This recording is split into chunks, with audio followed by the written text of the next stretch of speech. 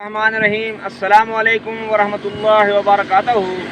Green leaf herb channel से doctor Mohammad शरीफ हाज़िर खिदमत है। उम्मीद है कि मैं तमाम व्यूअर्स ठीक होंगे, खुश खुर्म होंगे। अल्लाह ताला आप सबको खैर आफियत में रखे। तो व्यूअर्स, आज आपके लिए मैं जो है लाइव पौधों का जो है वो तारुफ करवा रहा हूँ। मैं कराची से अंदरून सिंध मोरो आया हुआ हूँ और कुछ पौधे हैं, इन पर रिसर्च करनी थी, तो उन पर रिसर्च के सिलसिले में आया हुआ था। तो मैंने कहा कि आपको जो है लाइव कुछ पौधे दिखा दिए जाएं।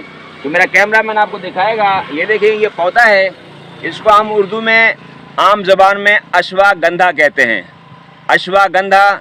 जबकि इसका बोटेनिकल नेम जो है वो विधानिया सोमनीफेरा है। विधानिया सोमनीफेरा इसको नबाताती नाम है इसका, यानी ये कहें कि साइंसी नाम है। उर्दू में इसको हम अश्वगंधा कहते हैं। तो व्यूअर्स, ये देखें, ये पौधा है, ये सदाबहार पौधा है। हर वक्त जो है ना ये ग्रीन होता है, ग्रीनरी इसमें होती है। ये देखें, मेरा कैमरा मैन आपको दिखाए तो ये इसके पत्ते हैं और इस पर ये फल लगे हुए हैं। ये देखें, ये फल है इसका। ये फल पक के इसके लाल हो जाते हैं, अभी पके नहीं है, कुछ कच्चा है। जब पक जाते हैं सही तरीके से तो फल इसके लाल हो जाते हैं। देखें, ये देखें, ये देखें, ये लाल हो गए। ये मेरा कैमरा आपको बताए। तो ये पौधा जो है अद्वियात में इस्तेमाल होता है, इसके पत्ते भी इस्तेमाल होते हैं, इसकी जो है टहनियाँ भी इस्तेमाल होती हैं।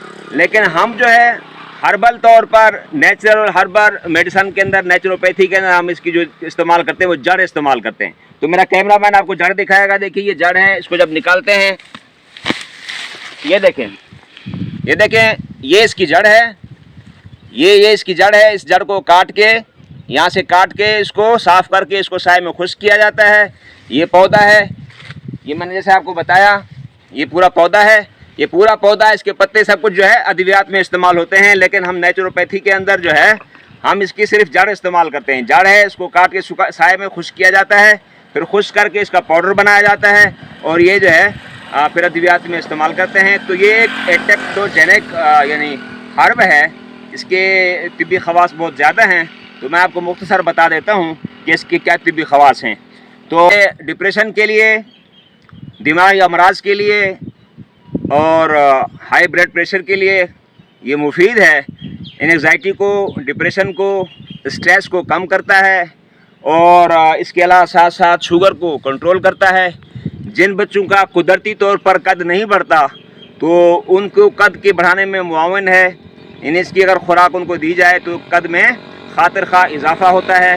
इसके बेशुमार तिब्बी फ़वाइद हैं। तो मैं आपको मुख्तसर बता रहा हूँ कि ये दिमाग के लिए ताकतवर है, एसाब के लिए ताकतवर है और इसी तरीके से जो है ब्लड शुगर को भी कंट्रोल करता है, नॉर्मल करता है।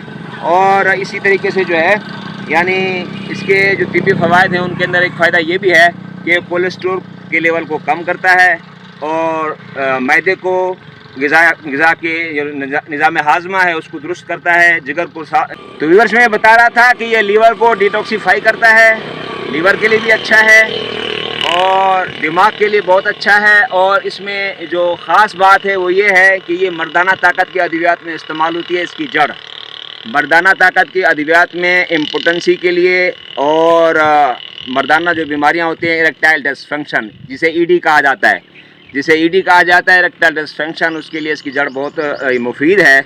इसको जड़ को जो है ना यानी साए में खुश्क करके इसका पाउडर बनाया जाता है और दूध के साथ इसको इस्तेमाल किया जाता है।